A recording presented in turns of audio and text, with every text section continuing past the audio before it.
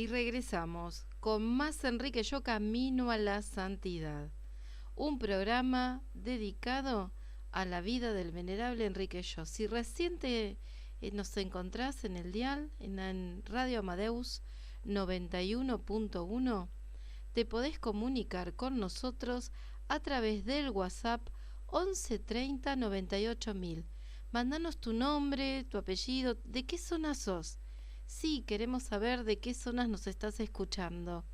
Y también qué te parece el programa, y si te interesa te podemos enviar, sin costo alguno, los libros de Enrique Yo, a través de WhatsApp o a través de mail.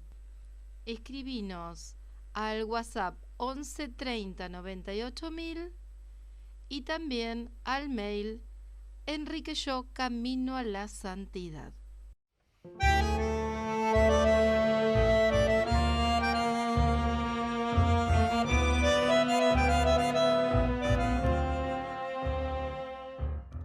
Y bueno, como les comentaba, nos vamos a meter de lleno en esta apasionante vida, en este testimonio, ¿no? De cómo ser empresario, de cómo ser líder y un montón de capas de lo que fue Enrique. Una vida plena es una vida al servicio de algo más que uno mismo, algo que puede ser nuestra familia, amigos, comunidad, el medio ambiente, la sociedad o las generaciones futuras. Si restringimos nuestra vida económica a alcanzar fines puramente egoístas y materiales, restringimos también nuestro desarrollo como seres humanos, disminuyendo nuestra capacidad para ayudar a los demás. Eso es Enrique Yo en uno de sus escritos. ¿Qué piensan de esto? Y como para ya abordarlo, no sé si querés comenzar vos, Elsa, ¿representa esto lo que era Enrique? ¿Quién era Enrique? Contanos un poquito. No, muy impresionante toda esa definición, está espectacular, porque uno escucha palabras de mi padre y decía, bueno, también eso dijo. Yo lo viví sobre todo, tenía 13 años cuando él murió, así que lo viví como padre de familia, sí. Y después toda mi vida he escuchado mucha gente, no solo mi madre, sino que muchos hablar de estos aspectos que vos estás comentando. Como padre de familia, él estaba dedicado a su familia, llegaba a casa y parecía como que todo esto que él hacía no lo hiciera, como si hubiera ido a pasear, y llegaba fresquito para ocuparse de mamá y de nosotros, porque de mamá se ocupaba mucho. También hay que remarcar el papel de papá como esposo. Cuidando todas las necesidades de mamá no tenía buena salud, cuando estaba embarazada, cansada, el problema de nosotros que éramos una familia normal, con peleas, con discusiones, nos portamos mal y todo. Bueno, entonces él llegaba y estaba listo para escucharnos, para solucionar todos los problemas. O sea, todo eso es así, era así, papá. ¿Quién fue Enrique? Además de tu padre, ¿no? Y después lo que fue transformando. Pero ¿qué impacto dejó Enrique en vos, personalmente? Bueno, primero, también como decía una sobrina, es un don totalmente inmerecido que Dios nos dio, porque en verdad yo de chica pensaba, mi papá era como todos los papás eran como el mío, pero después uno va conociendo otras situaciones y uno se da cuenta que atrás de esa persona, a la que yo quería tanto, todos queríamos tanto, había una persona que luchaba consigo misma, porque él tenía su carácter, pero él era una persona que parecía alegre, despreocupada, ¿no? Bueno, y todo esto influye mucho en mí. Él llevaba adelante la parte espiritual de nuestra casa y lo hacía de una manera muy natural, no impuesta, ¿no? Rezábamos el rosario en familia y yo con los años pensaba, mis hermanos más grandes eran adolescentes y sin embargo se acercaban y rezaban el rosario también. Yo me acuerdo que a veces me hacía la distraída, como que me dormía y me decía, vamos, bueno, rezábamos. Él se arrodillaba delante de un cuadro que había puesto en un lugar importante de la Virgen, un cuadro de la Virgen que había puesto en un lugar importante del living. Sí. Se arrodillaba, rezaba todo el rosario de rodillas y después por turnos íbamos rezando más Ave Marías o menos según la edad nuestra. Bueno, todo eso a uno también le va impactando, eso de el trato con los demás, el no criticar jamás. Mamá también tenía una anécdota que decía que había algo que era público y entonces quería que papá dijera algo mal de esa persona. Decía, pero es así. Y le insistía, y al final papá le dice, bueno, vos ya sabés cómo es, ¿no? Claro, no se enroscaba, digamos. Para nada. No decía malas palabras, no es que sea tan importante, pero era una manera de educar, de dominarse, de dar ejemplo a los demás. Cuando mi hermano mayor tenía 12 años, él dijo, él fumaba pipa, ¿no? Mira. Había estado en la Marina, fumaba pipa y dijo, mejor que no dar este ejemplo a mis hijos, ¿no? Cómo él iba metiendo todo con la familia, con los hijos, pensando en la educación. Nos hacía, bueno, que nos sentemos bien, que no gritemos, que no nos peleemos, que hagamos, que colaboremos en casa con pequeños encargos, cosas que, o con los hermanos menores, o en la mesa, que levantemos la mesa, bueno, nos hacía como que no seamos unos malcriados, que uno siempre tiende a hacerlo, ¿no? Claro. Bueno, todas esas cosas, con el tiempo uno ve, él estaba dedicado a formarnos, quería que pasáramos bien en casa. Entonces los fines de semana también que él estaba en casa, después de trabajar mucho todas las semanas, él también se dedicaba a que juguemos, a que nos divirtamos. Teníamos una casa afuera de Buenos Aires y nos hacía también juegos, y si no íbamos allí, bueno, nos llevaba para que mamá durmiera siesta, ¿no? Esa es mi conclusión. Nos llevaba a ver los barcos, a ver los aviones, que a él le gustaba, una plaza con juegos. Estaba muy pendiente de nosotros y bueno, cada uno lo recibió así, como una bendición, a la que extrañamos mucho, y después vimos también cómo llevó su enfermedad, cómo no se quejaba. Yo nunca supe qué es lo que le gustaba, qué le gustaba de la comida, qué le gustaba más, qué le gustaba, o sea, no era una persona que yo quiero esto. Él llegaba a casa y él no estaba cansado y iba a decir, bueno, ahora cuídenme, sino que él estaba pendiente de los demás. Si había habido peleas, él estaba atrás de cada uno a ver qué pasó, quién empezó, por qué fue, hiciste mal, no hiciste mal, ¿no? O sea que, y también se ponía muy firme cuando las cosas no eran como debían ser, ¿no? O sea que nos retaba fuerte también cuando hacía falta. Sí, bueno, que hable un poco de que en sus él tenía el hombre de las libretas, ¿no? Le decían un poco, tenía estas varias libretas donde escribía pensamientos, reflexiones, algunas muy profundas, ¿no? Incluso bastantes, como tenés que prestar mucha atención para poder entender todas las frases. Realmente es de una profundidad tremenda. Y dice que justamente deseaba trabajar, no quería vivir de rentas, ser útil a la patria y buscar el modo de formar su carácter bajo un régimen estricto de vida, sin privilegios ni mimos de ninguna especie, y mediante una disciplina moral que lo aparte de los halagos brindados por la fortuna y posición social de su familia. Y eso me parece que es algo no menor, ¿no? Porque bien podría, digamos, tranquilamente gestionar o no hacer este recorrido que hizo Enrique.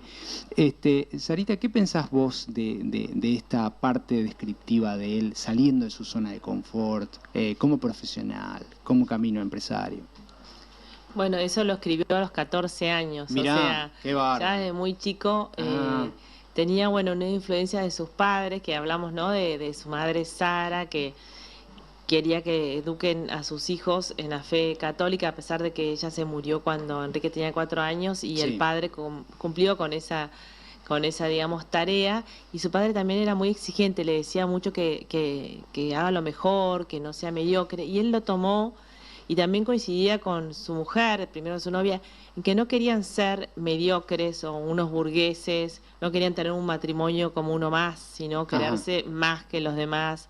No querían, digamos, hacer los trabajos así nomás, tenían que hacerlo lo mejor posible. Estaban como muy seguros de que la voluntad de Dios se manifestaba principalmente en los deberes habituales, en ser buen hijo, buen padre, buen esposo y también buen profesional en su momento, hasta que pidió la baja en la Marina a los 24 años cuando terminó la Segunda Guerra Mundial. Buen marino, por ejemplo, había que hacer arqueos de cajas aburridísimos y él trataba de hacerlos bien y se da cuenta que si encontraba errores a tiempo en el futuro, digamos como que lo iban a agradecer, iban a evitar inconvenientes. También muy enfocado en las personas, ¿no? También en ascender al personal que tenía a su cargo, ¿no? En elevar, en ver lo positivo, en superar también.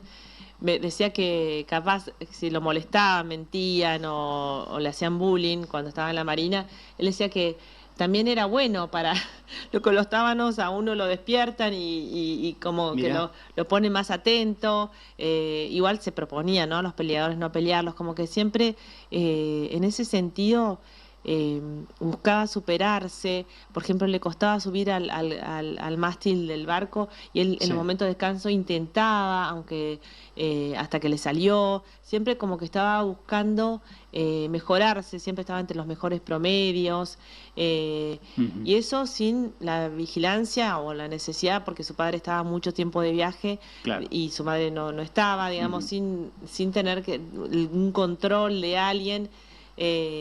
Aunque sí tenía el estímulo del padre, ¿no? Que le decía que haga lo mejor posible. Y él también veía esa necesidad de hacer fructificar los talentos, que era una de las palabras que más le gustaba, ¿no? De las capacidades que cada uno tiene, usarlas para hacer el mayor bien a los demás. Hay una anécdota también con un compañero de la Marina que parece que era muy inteligente y que estaba feliz porque decía que le parecía que si no hacía nada malo estaba bien. Y Enrique en una conversación le hace ver que no bastaba con no hacer nada malo, sino que había que usar esa capacidad que él tenía, por ejemplo, este compañero de la Marina que era tan inteligente, en hacer el mayor bien posible, ¿no? En hacer fructificar esos talentos, no esconderlos, digamos.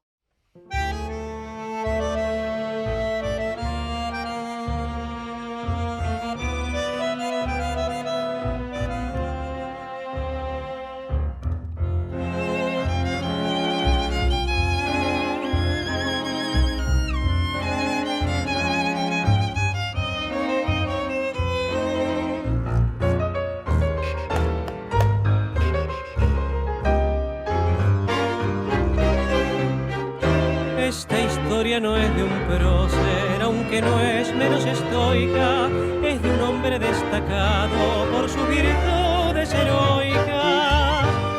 Su madre se fue muy pronto, legándole una fortuna de amores y fe bien hondos, mamados desde la cuna.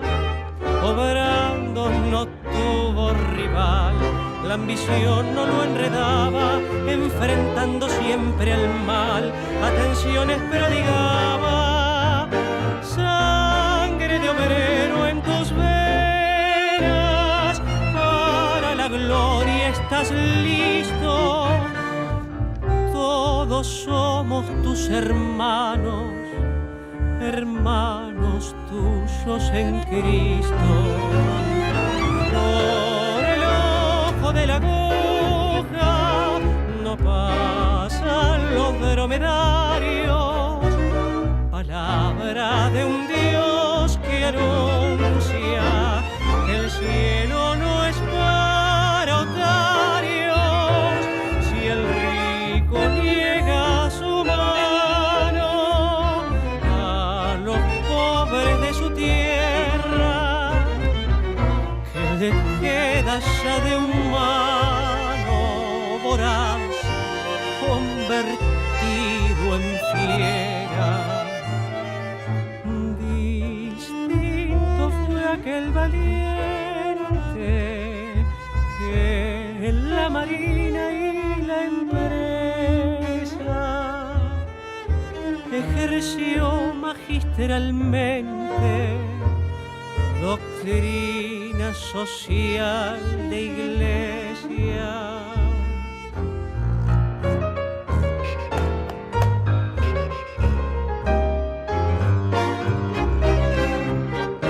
Renunció a al cargo más alto, conminando a don dinero, con pasión noble de santo, que se someta al madero del ruin desempleo odioso, salvo a la cristalería, gran logro fiel y piadoso de quien más la protegía.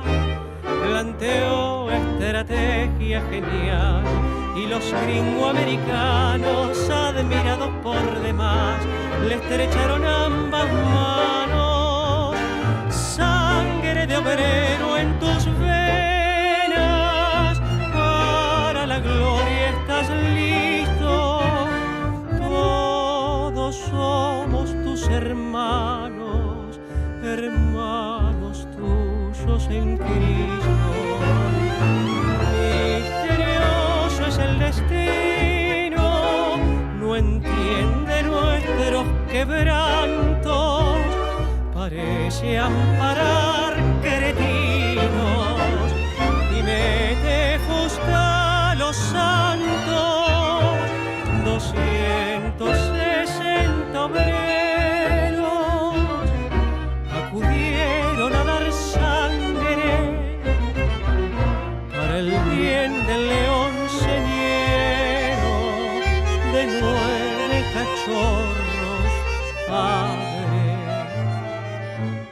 No alcanza todo el esfuerzo cuando la suerte está echada. Falleció en paz y sereno, asiduo a su dulce amada.